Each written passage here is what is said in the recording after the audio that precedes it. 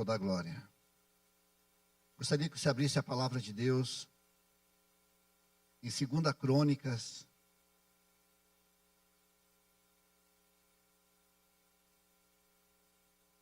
a pastora leu esse mesmo livro na abertura, né? No capítulo 20. Vamos ler o 34.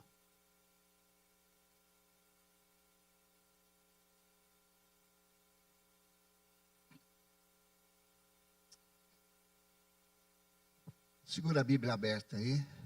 Senhor Deus, nós colocamos, Pai, esse tempo nas Suas mãos, pedimos a direção do Teu Espírito Santo, a Tua presença através da Tua palavra, Pai.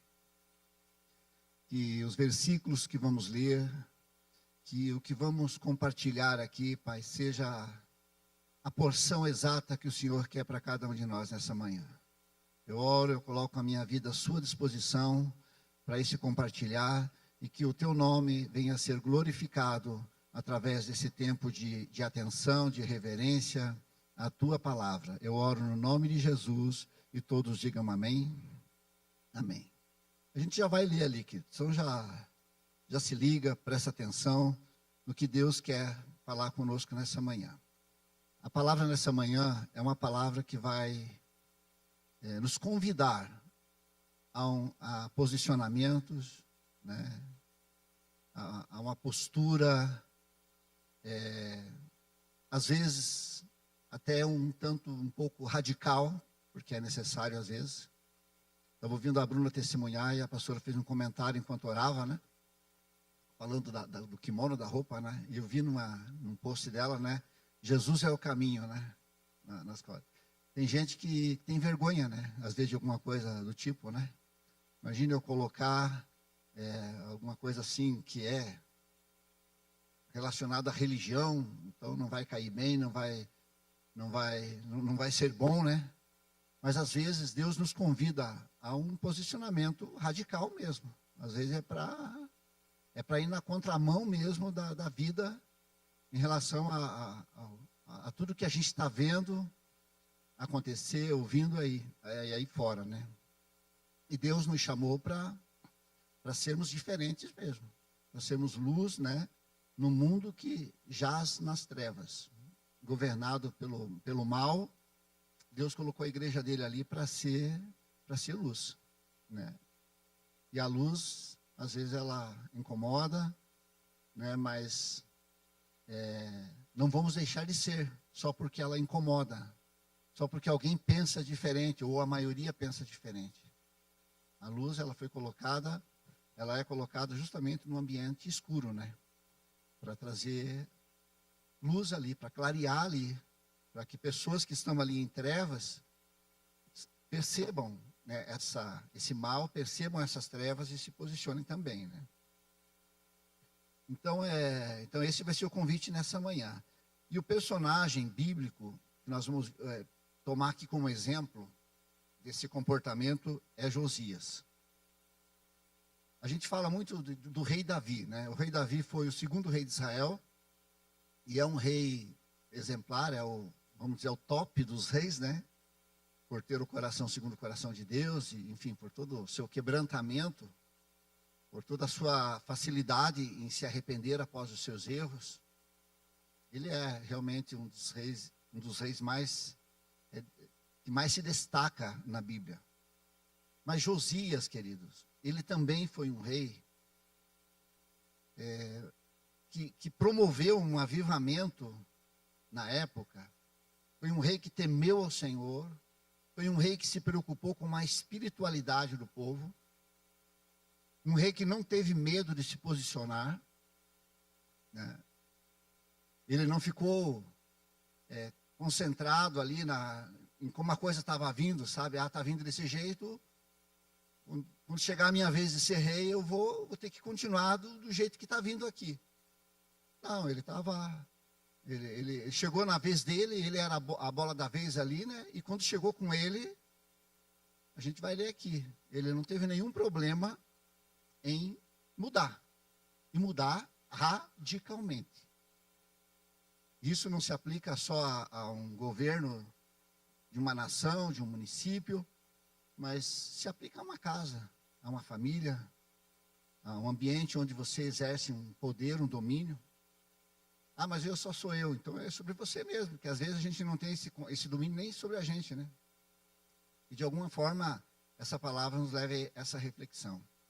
Na época do Velho Testamento, você vai encontrar sempre duas figuras assim que sempre foram importantes, né?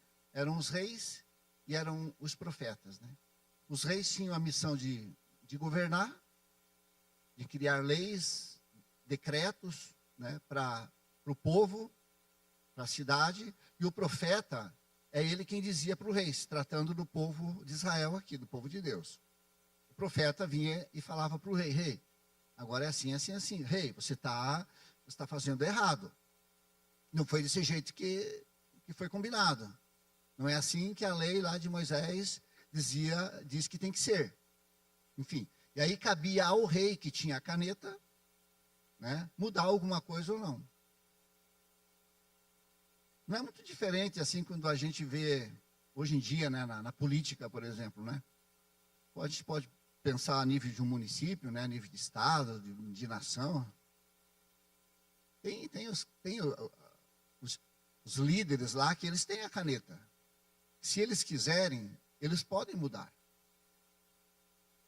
Porque a voz profética, ela continua, né? Continua para mim como pai, como pastor, né? Deus dá a direção, Deus fala que às vezes precisa mudar. Eu tenho, às vezes, esse poder de me posicionar, de mudar, de me manifestar contrário ao que está acontecendo e fazer uma reforma, promover um avivamento ou não. E tanto na época do Velho Testamento como hoje, é mais ou menos a mesma coisa. As pessoas que têm o poder, né, e eu repito, às vezes isso se aplica até a uma família, não precisa ver a nível de governo, de cidade, essas coisas, né? Às vezes tem o líder da família, seja o pai, seja a mãe, cada família tem o seu contexto, tem a sua realidade, né? Às vezes a pessoa tem a caneta ali, que pode dar aquela canetada e mudar, como um homem de Deus, como uma mulher de Deus, e dizer, não, até agora veio assim, mas daqui para frente vai ser assim. Por quê? Porque eu tenho ouvido a voz de Deus, e Deus está dizendo que a gente está fazendo errado e tem que mudar. Mas por que a gente não faz? Por que alguns reis no Antigo Testamento não faziam? Por que algumas autoridades hoje, a nível de município, de estado, de nação, não faz? Porque hoje, como na época, existe sempre uma preocupação em agradar as pessoas. Se eu me posicionar radicalmente, o que é que vão pensar de mim? O que a minha família vai pensar de mim? Se eu parar de fazer aquilo que meu pai, meu avô vinha fazendo, se eu parar de fazer isso, o que eles vão pensar de mim? Então existe muito essa preocupação do que os outros vão pensar, do impacto que vai causar às vezes na vida social e às vezes até num contexto de família. Muitos não dão a canetada porque tem algumas alianças, tem alguns acertos que proíbe a pessoa, que inibe a pessoa de tomar aquele posicionamento. Porque as pessoas, elas fazem alianças, às vezes, e daí ela até entende que precisa mudar, mas devido à aliança, ao pacto, aos acertos, aquela coisa toda que existe, né? A pessoa não muda. Ela não muda. E com isso, né, as pessoas deixam de experimentar restauração, deixam de experimentar avivamentos, transformações significativas que iriam abençoar tanto o presente quanto o futuro. Na Bíblia, a gente vai encontrar sempre esses momentos. Esse momento que nós vamos ler aqui, do rei Josias, não era um momento muito bom. Quando chegou a vez de Josias, ele reinou 31 anos. ele era bem jovem. Ele era um junior, na verdade, né? Ele tinha 8 anos de idade. 8 anos de idade, morreu o pai dele, que era Amon, que reinou acho que 2 anos. O avô dele, Manassés, reinou acho que 55 anos. Tanto o avô quanto o pai dele foram maus. Maus aos olhos de Deus. Maus no sentido de governar segundo Deus. Não foi por falta de profeta. Os profetas sempre existiram. E nessa época aqui, com muita frequência. Porque esses profetas aqui foram os que estavam alertando Israel quanto ao cativeiro babilônico. Então, ali tinha muita profecia. Muita direção de Deus. Para que houvesse uma conversão, para que houvesse uma mudança. Mas o pai de Josias, Amon, não mudou. Continuou errado. O avô de Josias, que era Manassés, imagine 55 anos, mais 2, 57 anos de total declínio espiritual em Israel. 57. Idolatria total. Idolatria é uma abominação aos olhos de Deus e ponto. Né? Deus rejeita, Deus reprova a idolatria totalmente. Uma coisa é uma pessoa ser idólatra na sua ignorância cristã religiosa. Outra coisa é uma pessoa ser idólatra consciente de que Deus reprova aquela atitude. Então, por 57 anos, agora, o bisavô de Josias, que é Ezequias, voltando lá um pouco mais, ele foi um rei que agradou o coração de Deus, se você olhar lá. Ele também promoveu um avivamento. O bisavô de Josias. Só que, quando o avô dele entrou, mandou ver a idolatria. Por quê? Porque o povo gostava. Era mais festivo. Era mais interessante. Dá uma sensação de mais liberdade, de mais opções, de mais caminhos. Só que isso contraria os ensinamentos, né, de Jesus. Ele disse, eu sou o único caminho e ponto. Não tem 2 caminhos. Não farás para ti outros deuses e ponto. Não tem. Mas o Manassés, o Amon, eles achavam que era mais interessante porque o povo pedia. E muitos cedem à aclamação do povo, o pedido do povo. Mas nem sempre o que o povo está pedindo é o melhor, deve ser feito. A gente tem que ouvir, queridos, é o coração de Deus, ouvir a voz de Deus. O que Deus quer que eu faça agora, nesse momento, no lugar onde eu estou, quem eu sou, o que Deus quer que eu faça aqui, é na minha casa, é na minha vida, é no ambiente de trabalho. O que eu posso fazer agora? O que Deus tem para eu fazer agora? Muitas pessoas procuram saber o que as pessoas querem que eu faça agora. Josias, ele assume o reinado com 8 anos de idade. Vamos ler aqui, 2 Crônicas 34. Só que assim, o que eu vou pedir para você? Você que gosta de história, desses fatos, eu vou dizer para você, em 2 Crônicas 34 e 35, vai falar sobre Josias. Se você for em 2 Reis, fácil de gravar, 2 Reis, 2 Crônicas. Em Crônicas é 34 e 35, e em Reis é 22 e 23. Capítulo 22 e 23. Vai relatar a mesma história do rei Josias. E quando se repete assim é porque é importante, é porque foi bom, é porque precisava ficar registrado. Tá certo? Mas a gente não vai poder ler tudo. Vamos ler alguns versículos aqui do capítulo 34 de 2 Crônicas. Tinha Josias, quantos anos? 8. Preste atenção na vida do seu filho, da sua filha, porque às vezes o pai e a mãe dizem assim, quando ele ficar na adolescência, na juventude, ele já vai entender melhor as coisas, deixa ele agora aproveitar a vida e tal. E Deus já pode estar preparando ele, desde a mais tenra idade ali, para a obra dele. Tinha 8 anos quando começou a reinar. E 31 anos reinou em Jerusalém. E fez o que era o quê? Reto aos olhos do Senhor. E andou nos caminhos de quem? De Davi, seu pai. Quem que era o pai de Josias? Eu acabei de falar. Amon, não é Davi.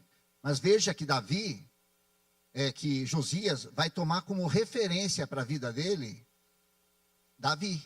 Os exemplos de Davi e não de Amon. Eu repito isso sempre aqui, eu tenho consciência disso, porque eu considero muito importante. Para que as pessoas parem de falar que elas são obrigadas a reproduzir aquilo que o seu pai viveu e fez. E isso muitas das vezes é uma desculpa que as pessoas usam para não se posicionarem. Eu levo a minha vida assim, assim, por causa do meu pai, do meu avô, porque é uma tradição, entende? Josias olhou para o pai dele, para o avô dele, falou, não quero não. Ele podia até ter usado do bisavô, né? Que foi Ezequias. Ezequias foi um rei exemplar também. Mas ele já foi direto para Davi, né? E Davi é a referência mesmo. E ele era rei agora, ele falou, eu vou querer ser igual ao Davi. Acho que eu imagino que ele tenha pensado assim, né? Seu pai, sem se desviar deles, nem para a direita e nem para a esquerda.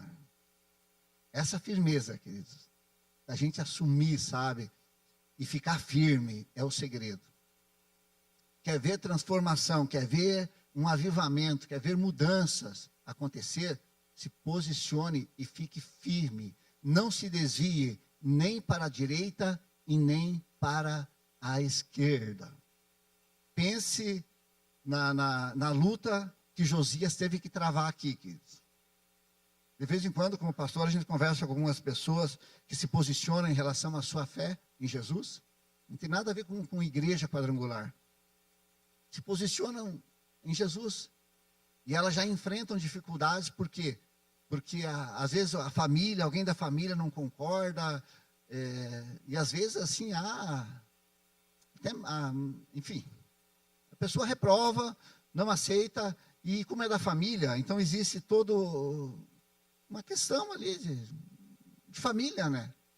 E a pessoa precisa ser muito firme ali. Ela não pode sair nem para a direita, nem para a esquerda. Ela tem que prosseguir. Porque o que ela encontrou, a quem ela se entregou, é o único. É o único alvo. O nosso alvo é Cristo. O nosso único caminho é Jesus. Então, não tem como eu ir para a direita, para a esquerda. E aí as pessoas às vezes têm que realmente, às vezes até romper relacionamentos, às vezes até com pessoas próximas. Pelo menos para que naquele momento ela permaneça no caminho, para que ela não se desvie. Para que ela não comece a pensar, será que vai valer a pena? Será que eu devo continuar? Será que foi uma decisão precipitada? Eu magoei o coração de alguém que é muito importante para a minha vida. Eles não têm. Quem conhece Jesus sabe que não tem. Por isso que Jesus já disse lá para os seus discípulos, né? A pessoa tem que estar disposta, às vezes, até abandonar. Né? Quem não estiver disposto a abandonar, se for necessário, pai e mãe, não pode ser meu discípulo, porque às vezes vai ser necessário uma posição assim, radical, dessa forma. Eu sei que isso não acontece com frequência, mas às vezes é necessário. Mas Josias ficou firme. Veja o versículo 3. Porque no 8º ano, se ele tinha, queridos, 8 anos quando ele assumiu, e agora está no 8º ano do reinado dele. Quantos anos ele tem? 16 anos. Josias, um adolescente com 16 anos, agora ele já começa a entender algumas coisas.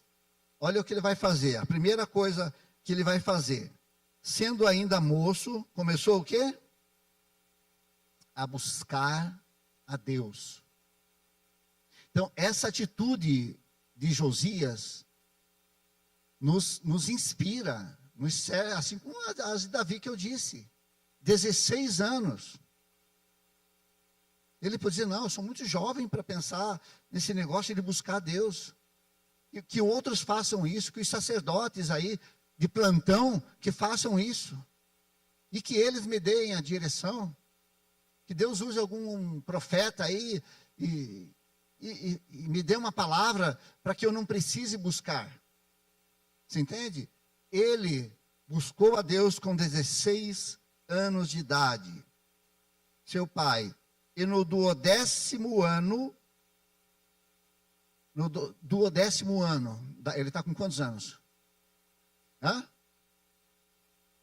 Não é 28, quando ele assumiu, no duodécimo de reinado, 12 com 8, 20 anos, né? Com 20 anos de idade, ele começou a purificar a Judá e a Jerusalém dos altos dos bosques. Talvez para a gente, lendo aqui, a gente não entenda muito bem, mas aqui está falando de uma podridão espiritual. Entende? Está falando de um lixo espiritual. Seus altos, dos bosques e das imagens de escultura de fundição. No 4, e derribaram perante ele os altares de Baalins, e cortou as imagens do sol. Eles tinham deuses para a lua, para o sol, os astarotes lá que eles falam, que a Bíblia fala, que estavam acima deles, e os bosques e as imagens de escultura de fundição, quebrou, reduziu o quê? A pó. Pense, 20 anos de idade, ó o rebuliço. Vamos esquecer a cidade, vamos esquecer o país, vamos esquecer a nação aí, vamos olhar às vezes para a nossa vida, para a nossa casa, para o nosso contexto, onde a gente pode fazer coisas semelhantes. Quando uma pessoa se converte, querido, às vezes ela não experimenta um nível de intimidade com Deus, experiências com Deus, porque ela não tem coragem de reduzir a pó algumas coisas. Né? Porque às vezes é isso que tem que ser feito. Porque tem práticas, tem comportamentos que não tem como conciliar com a vida cristã. Não dá para andar, né? Você reduz a pó, ou você vai levar consigo algo que vai entristecer o coração de Deus. Que vai levar você a um sofrimento futuro. Aqui, queridos, quando Josias está reinando, você sabia que já existia um juízo de Deus sobre Israel aqui. Se você estudar o contexto, você vai perceber que Deus já tinha dito que levaria Israel ao cativeiro lá. Mas mesmo assim, querido, não impediu Josias de fazer o que ele está fazendo. Você pode perguntar para mim, mas então o que adianta fazer algumas coisas se não vai mudar nada? Sempre, e o Ezequias lá atrás, que promoveu o avivamento? Será que não foi o Ezequias que deixou um legado ao ponto de Josias estar recomeçando um avivamento aqui? Você entende? Sempre que alguém se posiciona corretamente, pode não ter um resultado imediato, pode não mudar nada, porque às vezes Deus já falou, não, essa consequência agora vai vir, pronto. Mas ele se posicionou, ele fez tudo o que ele podia fazer e Deus foi glorificado através da vida dele. Deus deu vida longa para ele. Ele não viu essa desgraça, esse sofrimento. Josias não viu. Mas com certeza, sempre que a gente tem uma postura correta, queridos, a gente deixa um legado. E sempre vai haver um remanescente quando a gente faz a coisa certa. Sempre lá na frente alguém vai tomar como exemplo, como Josias tomou aqui Davi, poderia ter tomado de Ezequias. Um dia alguém vai tomar como exemplo a nossa vida. Não, muita gente desviou, muita gente saiu fora, mas eu lembro muito bem do posicionamento daquela pessoa lá. Ela temeu, ela foi fiel, ela perseverou, e eu quero fazer certo aqui agora. E é onde recomeçavam os avivamentos, né? Aqui não deixou de acontecer o avivamento, só que o cativeiro foi inevitável, né? E aspergiu a sepultura os que lhe tinham sacrificado. Leu 7. Versículo 7. E tendo derribado os altares e os bosques e as imagens de escultura. Veja que fala muito sobre idolatria aqui. Idolatria é prostituição espiritual. Idolatria é prostituição, para ficar assim, bem como que Deus vê. Né? E não se refere só à imagem de escultura. É qualquer outra coisa que tome o lugar de Deus na nossa vida se constitui idolatria. Se Deus não for o primeiro, ele já não é mais nada. Né? Então Deus não abre mão de ser o primeiro. E quando alguém toma esse lugar dele na nossa vida, isso se constitui uma idolatria. Por isso que há uma necessidade de vigilância, de autoavaliação. Né? Eu amo a Deus, eu sirvo a Deus, eu realmente preciso dele, conto com ele todos os dias da minha vida. Né? Isso é muito pessoal, né? Muito pessoal. E tendo derribado os altares e os bosques, as imagens de escultura, até reduzi-los a pó, e tendo cortado todas as imagens do sol e de toda a terra de Israel, então voltou para Jerusalém. Quer dizer, eu não tenho tempo para falar tudo sobre o que aconteceu aqui. Mas se você for ler na sequência aqui, sabe o que vai acontecer? Ele levou acho que 5 anos para purificar a terra. 5 anos. Para tirar os bosques, os altares. Imagine como que estava a situação lá. E depois que ele fez essa purificação da terra, sabe o que ele vai fazer? Ele vai restaurar o templo. Josias. O templo sempre foi muito especial para os judeus na época. Era um lugar especial para eles. Veja, estava fechado. Ou seja, o seu avô, o seu pai, o seu avô não fizeram culto por 57 anos. Vamos pensar assim. Não celebraram uma Páscoa. Páscoa já vinha antes. Já não estavam celebrando. 57 anos. Não tinha Páscoa, não tinha culto, não tinha sacrifício, não tinha os rituais, que era uma ordenança de Deus. Parou tudo. Parou tudo porque o rei, né, estava bancando outro esquema lá, né? Porque os reis têm esse poder. No caso de Josias, com certeza ele bancava esse negócio como rei. Como é que pode, né? Ouvindo a voz profética e fazendo o contrário. Essa semana a pastora comentando uma situação comigo, ela falou assim, meu Deus, a pessoa era batizada com o Espírito Santo, era uma pessoa de Deus, meu Deus, teve toda uma história cristã, e agora ela está envolvida com práticas que a Bíblia condena, que a Bíblia reprova.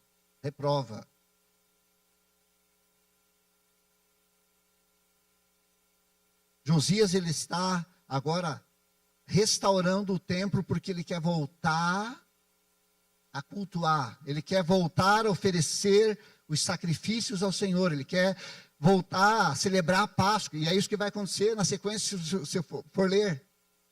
Ele quer restaurar tudo. E sabe o que acontece nessa restauração? Agora no templo, a terra já estava purificada, agora o templo sendo purificado, pegaram o dinheiro, é isso que vai falar ali também, que era para a reforma, para a restauração do templo, que os levitas lá, eles tinham guardado. Então eles estão lá naquele processo, no templo, eles encontram o livro da lei. Leia isso depois. Eu não vou focar aqui, senão eu me distraio aqui. Eles encontraram o livro da lei. Quando o cara, um tal de Euquias lá, ele acha esse livro, ele lê para o amigo dele, ele fala, nossa, isso aqui é interessante, vamos levar para o rei. Eles pegam esse livro, levam para o rei. Que livro que é esse?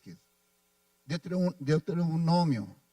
O Pentateuco, que seja os 5 livros, mas o Deuteronômio é o que provavelmente foi lido ali. Eles leem para o rei. Quando o rei escuta a leitura, olha, ele não teve acesso a isso. Ele ouviu falar, alguém falou alguma coisa para ele. Porque ele era um menino quando entrou lá. Quando ele escuta essa leitura do capítulo 27, parte B, e 28, parte A, eu estou dizendo isso porque lá fala das bênçãos e das maldições. Entende? Então, quando Josias ouve essa leitura que fazem para ele, a Bíblia vai dizer que ele se prostrou, rasgou as suas roupas, e ele entendeu que Israel estava vivendo o que estava vivendo, porque os seus antepassados, porque o seu pai Amon, porque o seu avô Manassés haviam se comportado de forma a irritar Deus, e Deus então estava desgostoso. Deus agora tinha um juízo sobre o seu povo que iria para o cativeiro babilônico, que ele entende agora quando ele lê. Queridos, agora eu pergunto para você, como é que pode uma Bíblia, para os nossos dias, para a gente entender melhor, ficar 57 anos sem ser aberta? Como que uma nação pôde viver, e era a nação de Deus, o povo de Deus, pôde viver todo esse tempo? Viveram se distraindo com falsos deuses, se preocupando lá com deuses. Eu coloquei aqui só para você ter uma ideia, o deus Baal, por exemplo, que faz menção nesse contexto, eu não sei se em Reis ou aqui. Deus Baal era o deus da fertilidade, deus da chuva, deus da tempestade. Era o deus que eles tinham, esses altares, esses bosques, eram para esses deuses. Milcom, que vai falar também, Moloque, fala os dois. Sabe o que esses deuses gostavam? Crianças no fogo. Eles eram cultuados, eles eram adorados quando se jogava uma criança, literalmente falando, dentro de uma fornalha. Eles recebiam como uma oferta. Imagine, queridos, a situação espiritual que eles estavam vivendo. E quando a gente fala de crianças sendo mortas, é claro que isso não acontece hoje, literalmente falando, né? Mas muitas crianças, às vezes inconscientemente, são oferecidas, né, a esses deuses, porque eles continuam existindo, né? Deus não morre, esses demônios não morrem, né? Então eles continuam se alimentando de abortos e coisas do gênero aí, entende? Então a gente tem que estar sempre muito ligado com tudo que a gente vê acontecer. Astarotes, que vai falar, era uma deusa da lua, do sol, da fertilidade, igual a Baal, da sexualidade, da guerra e do amor, né? Os Astarotes, né? Então, era uma podridão total. Mas mesmo assim, querido, quando Josias ouviu a leitura do livro, ele se quebrantou. Ele falou: eu vou mudar, vou continuar mudando, vou mudar tudo, a Páscoa vai vir depois. Ele promoveu um grande avivamento. Ele manda consultar uma profeta que tinha, Uda, o nome dela, que ele quer saber agora, ele quer de Deus uma voz. Tá, tudo bem, eu estou entendendo, está tudo errado. Está tudo errado. O que eu tenho que fazer? O que eu vou fazer? Essa profeta manda uma mensagem para ele assim, para Josias. Josias, é o seguinte, nas minhas palavras aqui, né? Josias, é o seguinte, eu não vou mudar o que eu já determinei, né? Esse povo aí me irritou demais, eles vão para o cativeiro babilônico, mas quanto a você, Josias, por ter se quebrantado, por ter feito tudo o que fez e está fazendo, eu vou te preservar. Você não vai ver essa desgraça toda ainda. Eu vou guardar você. Entende? Foi uma faxina que Josias fez em 31 anos. Agora deixa eu te dizer algo. Você sabia, Josias morreu novo. Reinou 31, com mais 8. 39. Ele morreu com 39 anos, Josias. E ele morreu porque Deus queria poupar ele da escravidão babilônica lá que ia acontecer. A desgraça que Deus já tinha determinado. Mas ele não precisaria também morrer ali, porque ele morreu porque ele se meteu num negócio que não era para ele se meter. Mas eu quero acreditar que foi Deus que permitiu, né? Porque às vezes muitas pessoas sofrem também consequências porque se metem onde não deviam se meter, né? Entendeu? Só que é o seguinte, você pode pensar assim, tá, 31 anos de avivamento, de mudança, transformação, não tem mais altar. Ele obrigou, se você ler a história, Josias obrigou o povo a cultuar só ao Deus vivo. Ele obrigou, como o rei. Mas ninguém converte ninguém, né, obrigando. Mas o povo obedece. Né? O povo obedece. Se alguém no escritório, numa empresa, alguém colocar uma ordem lá, entende? As pessoas vão obedecer. Se elas vão se converter, é outro departamento. Isso é muito pessoal, isso. Em relação a Israel, queridos, se você vê o filho de Josias, assim que ele morreu lá, com 39 anos, entrou o filho dele, Jeoacás. Aí a Babilônia já estava chegando, quase pegando ele já ali. Né? Quando entrou Jeoacás, ele ficou só 3 meses. Já foi tirado. Daí já entrou o irmão dele, Joaquim. Aí já era a Babilônia que já estava comandando. E já entrou, já pela, acho que a Babilônia que empossou o cara lá, já era o Zedequias, me parece. Isso, Zedequias, foi o último rei ali do sul ali e acabou, né? Todos esses após Ezequias, esses 3, todos voltaram à prática da idolatria. E isso nos leva a uma reflexão, queridos. Nos leva a uma reflexão. Às vezes a gente deveria se perguntar, por que eu não peco? É temor a Deus? Ou eu não peco por falta de oportunidade? O que dá a entender que o povo, na época, se colocasse a idolatria como prática, todos, opa, amém, que bom, graças a Deus voltou, né, a idolatria. Por falta de oportunidade. Porque assim que entra Joaquim, a idolatria é praticada novamente com muita intensidade. O rei, com todo o poder que ele tinha, ele conseguiu mudar o seu coração. Não conseguiu mudar o coração do povo. Mas ficou registrado como um ato exemplar, como um comportamento exemplar. Às vezes a gente não vai mudar o mundo. Às vezes a gente não vai ver as pessoas parando de praticar o mal. Mas a gente deve se posicionar aqui. Deve se posicionar. Um exemplo, eu sou pastor dessa igreja. Vamos dizer que um ministro de louvor aqui, antes do culto, ele é uma bênção, ele canta bem, toca bem. Só um exemplo. Vou usar a figura do Bruno aqui para não dar. Mas antes do culto eu percebo que ele entra ali na salinha, né? Ele pega ali alguma coisa estranha na mão ali, ele se prostra diante daquele objeto ali, né? E daí ele vem para o momento do louvor. Um exemplo. Então a minha atitude como um pastor de uma igreja, sabendo disso, é fazer como Josias fez. Não. Você vai ter que se decidir. Não dá para servir 2 senhores. Tem que odiar um e amar o outro.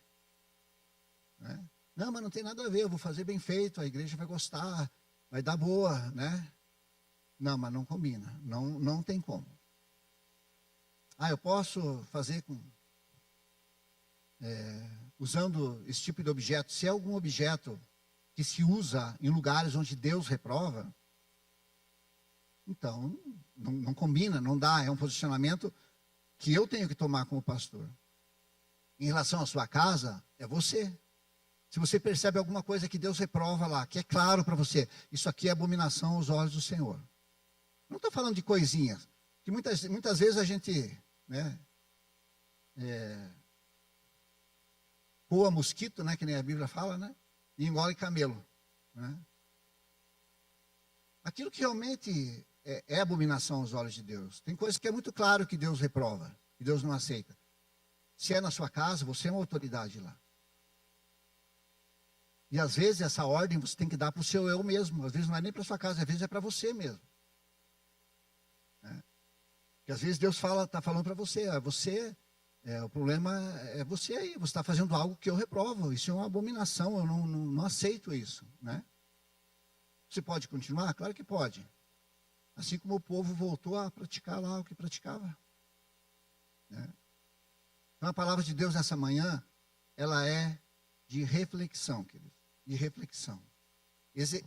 Josias, ele é conhecido como o rei que promoveu um dos maiores avivamentos da história, o rei Josias.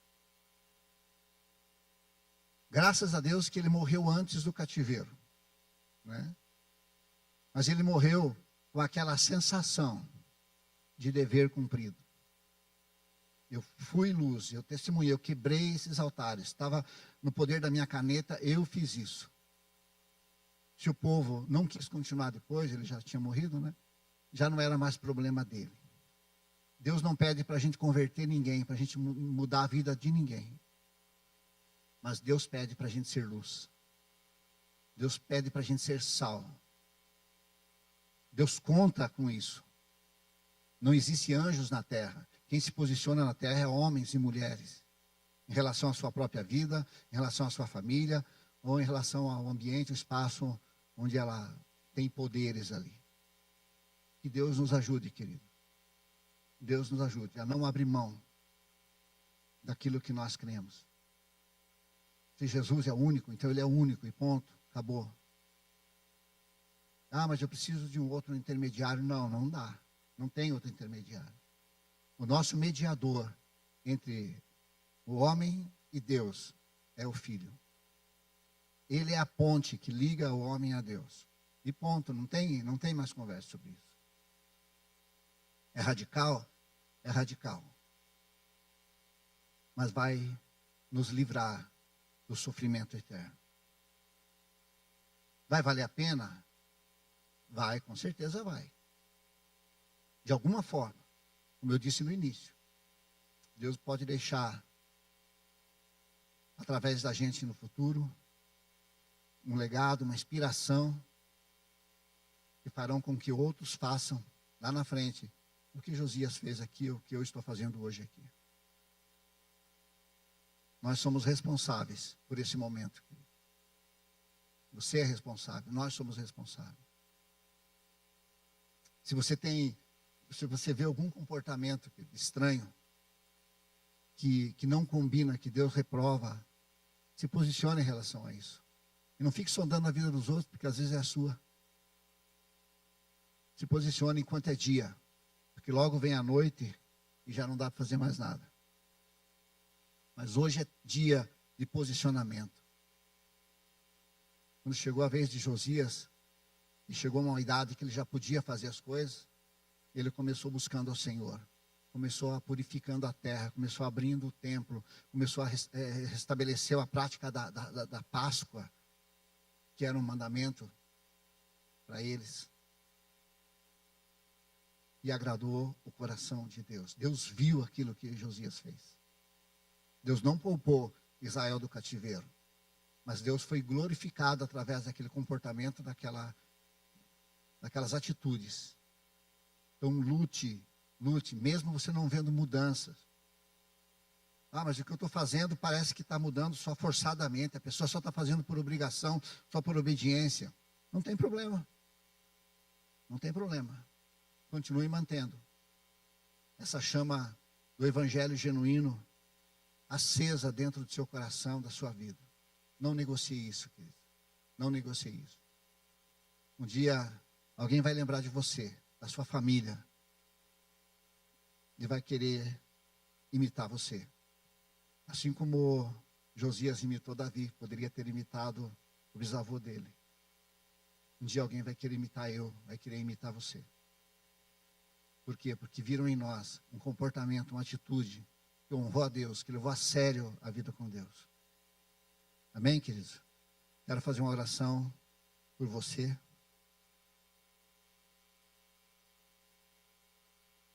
Meu Deus, eu escrevo tanta coisa e eu não olho nada, né? Tá?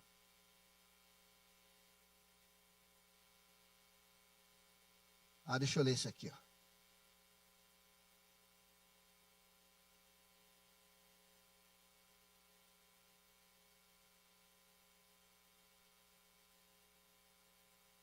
O que isso nos ensina? Que sem presta atenção, que sem palavra não há avivamento. Que o que levou Josias a continuar ali foi depois da leitura. Ele já estava sabendo que estava errado, ele já estava lidando, consertando, mas quando leram a lei de Moisés para ele, sobre as bênçãos e maldições, e ele percebeu que eles estavam na maldição ali, ele falou, não, eu vou mudar esse negócio aqui, não vai ficar assim não. Então, que sem palavra não há avivamento. Então, se você tem preguiça de ler a Bíblia, se você tem preguiça de ouvir a Bíblia, dá para ouvir de tantas formas. A gente hoje, imagina, a facilidade que nós temos hoje para ouvir a Bíblia, para ler a Bíblia, são muitas, né? Não há avivamento sem Bíblia. E também nos ensina que pretensos avivamentos, sabe, aquele barulho, aquele mover, aquela coisa toda, né? Que pretensos avivamentos que não se fundamentam nas Escrituras, na verdade, não procedem de Deus.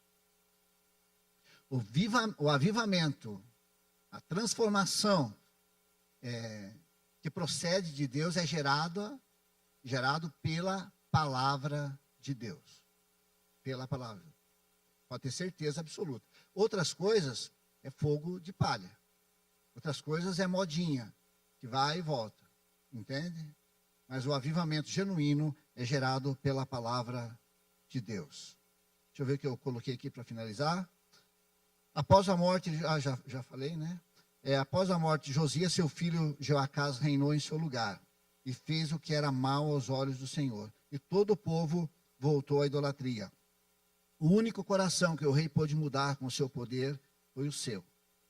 Os demais só estavam pecando por falta de oportunidade. Triste, muito triste isso daí. Mas que o temor de Deus seja uma verdade nas nossas vidas. Tá bom, queridos? Fique de pé, eu quero fazer uma oração com você.